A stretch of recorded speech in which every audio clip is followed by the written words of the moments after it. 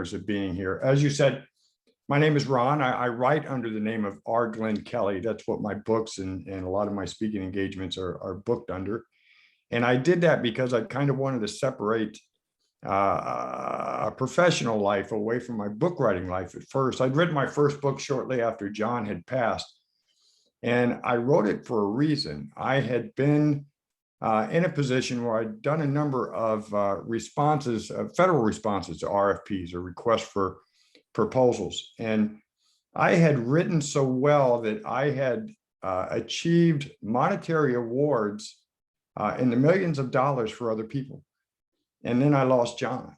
And I thought to myself, there was a point in time, and I'll share with you some intimacies that of course, you can read it in the first book, but there was a time that I wasn't grieving John. I was doing a typical thing of trying to avoid it, and John wouldn't have it. John came to me in the shower, and hence why I titled my first book, Sometimes I Cry in the Shower. But John came to me in the shower, and he said, "How dare you?" I won't share the rest of that conversation, but it really got me sparked to go. And from there, I began to transition into a better life for myself. That had been brought on to me without my desire, against my will, but I had to transition into something that I could do to at least survive at the time, and survival became so much more. When I wrote my first book, I started getting invitations solely, I guess, because at the time there wasn't a lot of us men that were putting things out, and I was willing to speak about it. And as I've gone through this, it's been almost a decade now. There's not a single time that I don't get to join a group like this and not take away more than I could ever present to anyone. Which is why sometimes I know in an environment like this, it's easy for me to sit here and drone on and on and on. And you call me a speaker, and if Sarah will allow it throughout this, let's make it a workshop. If there's some question about something that I pass on, let me know, because what I want to do now is I want to share definitions. And I know in your mind, you think to yourself, my gosh, are we going to sit and listen to a man try to define us and define what we're going through and define what we are? And I say, yes. And I want to do it with inspiration. Dr. Wayne Dyer, if anybody follows Dr. Wayne Dyer, will tell you that when you are inspired, you are in spirit, inspirato. And when your spirit is with you, there is nothing that you can achieve. So for a couple of definitions, I want you to be inspired, okay? Really what I want to talk about is the definitions of grief, bereavement, and mourning. We interchange those so much. We're in a position in our lives, no matter whether we are new to this ugly life or whether we've been dealing with it for 10, 15, 20 years now, we're in a position where those words will define some of what we go through.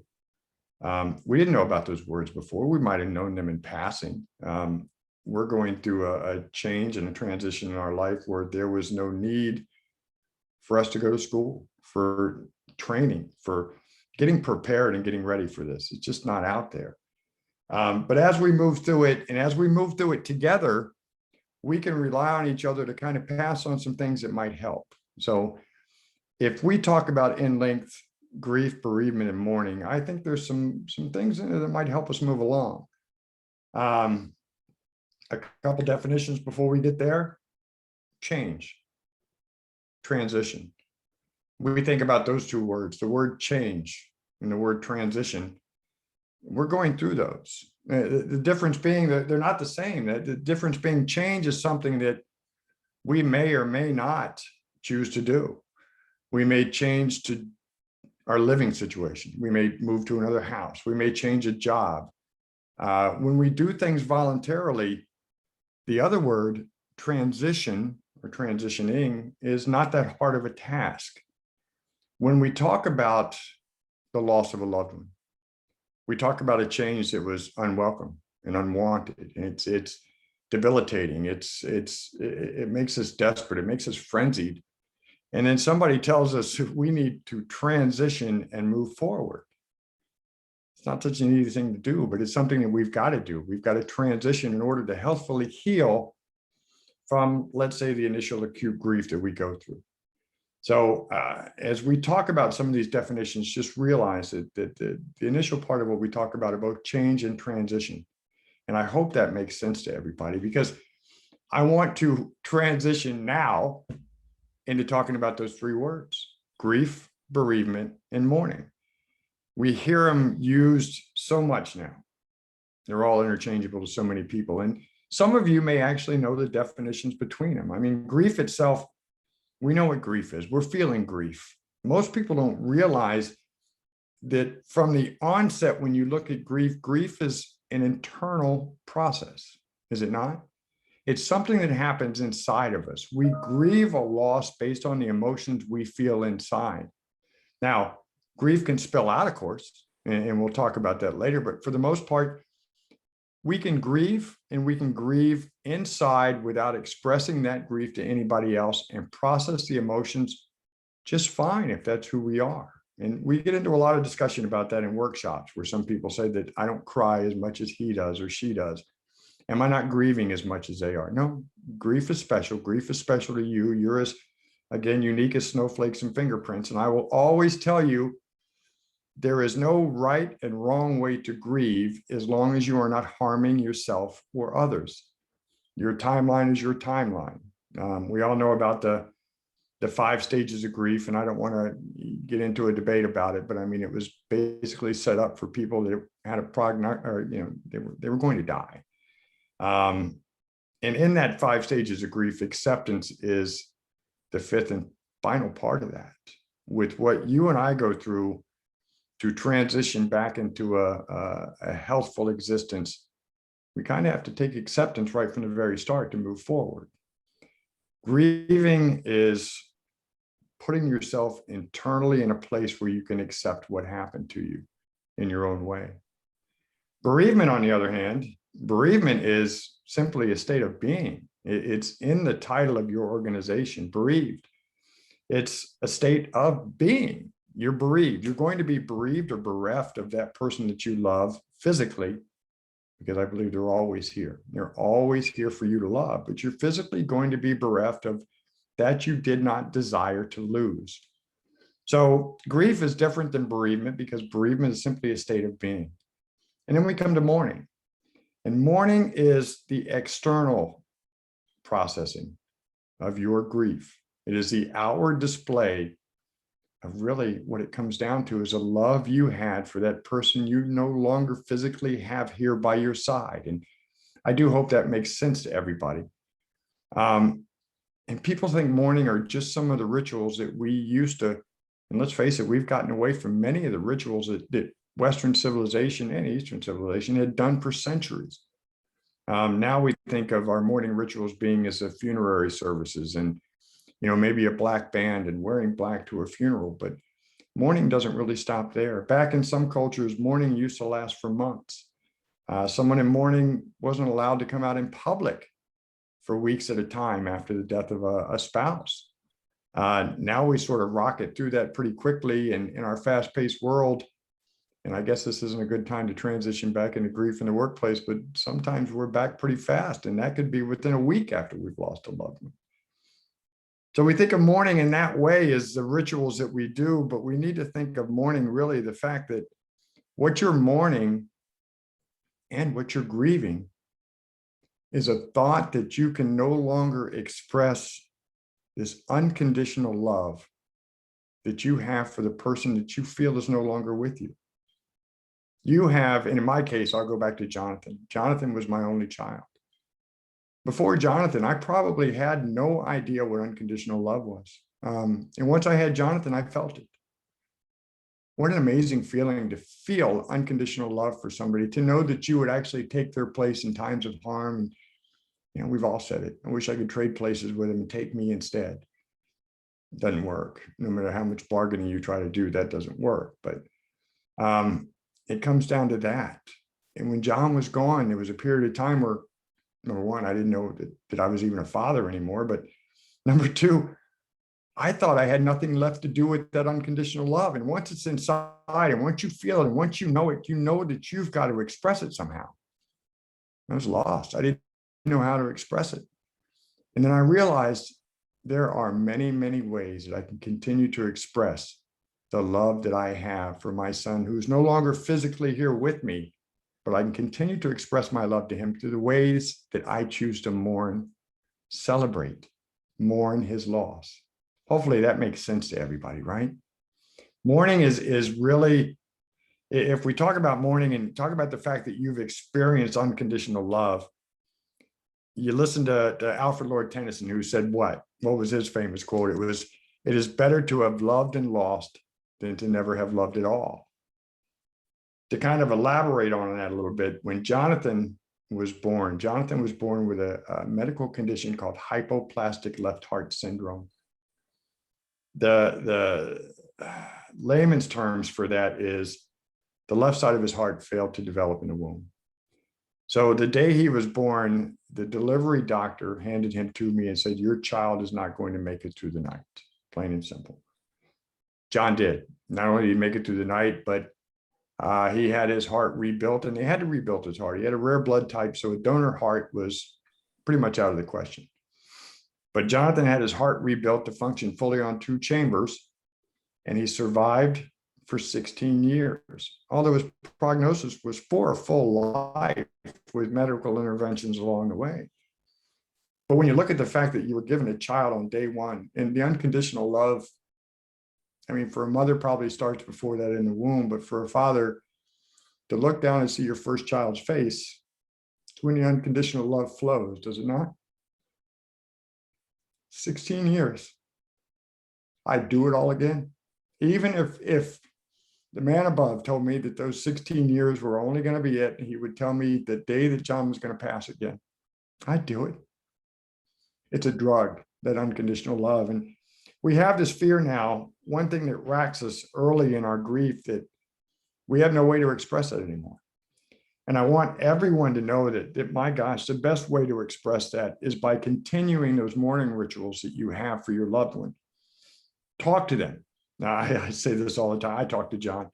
I am not going to get into religious, but I'm a religious man. And I think sometimes the man upstairs gets mad at me because I talk to John more than I talk to him now.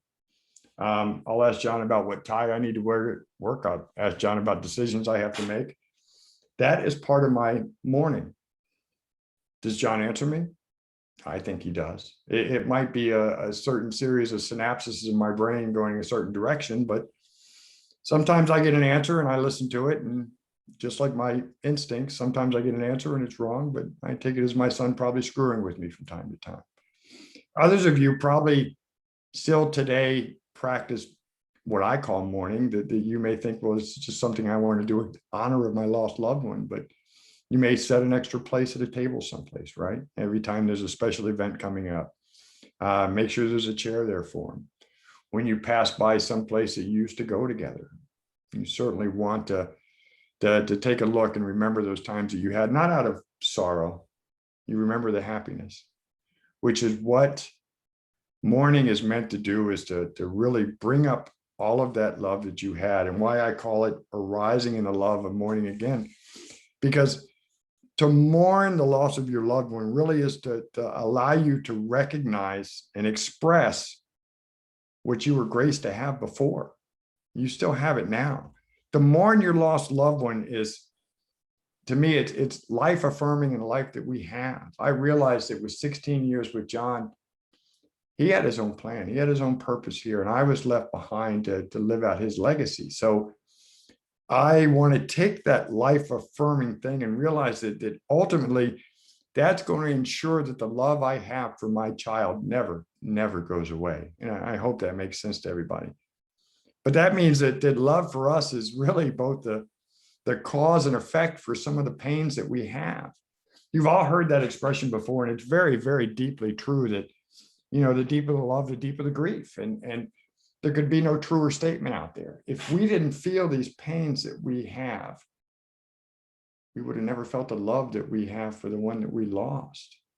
I hope a lot of people take solace in that. I kind of, people that haven't lost someone doesn't quite get the honor that I had in holding my child when he took his final breath.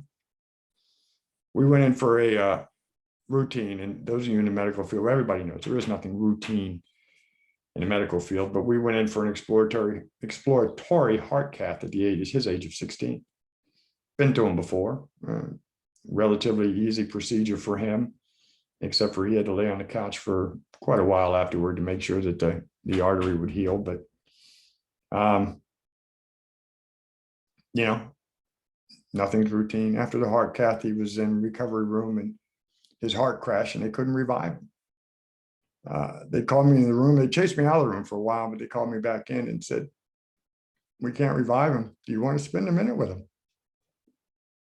Probably the greatest moment of my life.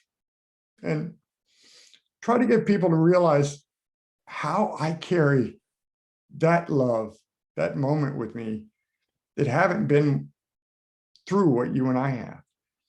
And I hope that sort of tells you where that morning is, because when it is both the cause and the anecdote of this pain that we're going through, what I'm feeling now, the emotions that I'm feeling now for you that are new to this, they're amazing. They're affirming that I felt love for my child before, and that love continues on. So don't lose that. Don't lose this ability to get in front of somebody and go, you know what? There's pain. The whole reason that there's pain is there's love. Mourn. Take that mourning with you. I mean, be with it always and realize that it's something that affirms your life and your love for that one that you might miss physically here. You don't have to miss them where they are. Give them your love. Not to creep you out. I mean, but like I said, I talk to John all the time, and people say, I wish I could talk to my lost loved one because I just don't know how to do it, what to do. And I say, well, it's a lot like a radio station. You just have to tune into it. You just have to realize that they're out there. I always tell them that I think John hears me.